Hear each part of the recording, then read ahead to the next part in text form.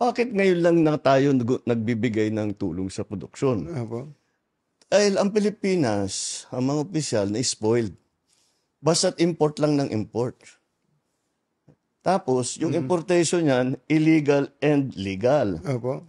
Ang katotohanan, ang nakita namin, ang pang-control doon sa presyo ng bigas ay ang smuggled na bigas. Kaya nag-hoard. Opo. Yan. Ang una na, kung titignan ninyo, ang isa sa una namin ginawa, nag-raid kami ng mga warehouse. Etong pinakamalupit. Sinabi namin, ba't may ganito? At hindi na iniintindi, basta't puro ang import natin. Dahil ang nag-i-smuggle, mga official din ng gobyerno. Kumikita sila. Opo. O di bakit nila papalitan? Sige, pasok lang sila ng pasok.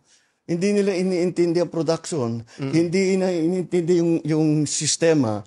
Hindi nila iniintindi ang presyo ng palay, ang presyo ng bigas, ang kikitain ng magsasaka. Wala. Nung inipit namin yung mga smuggle, at rineraid na namin yung mga warehouse, nabawasan yung supply. Kailangan namin ayusin yung NFA. Lahat yan, yung mga changes na ganyan, hindi ganun kasimpleng gawin. May batas na kailangan palitan, mayroong mga taong kailangan palitan, ibang konsepto na. So, ngayon lang namin nabuo lahat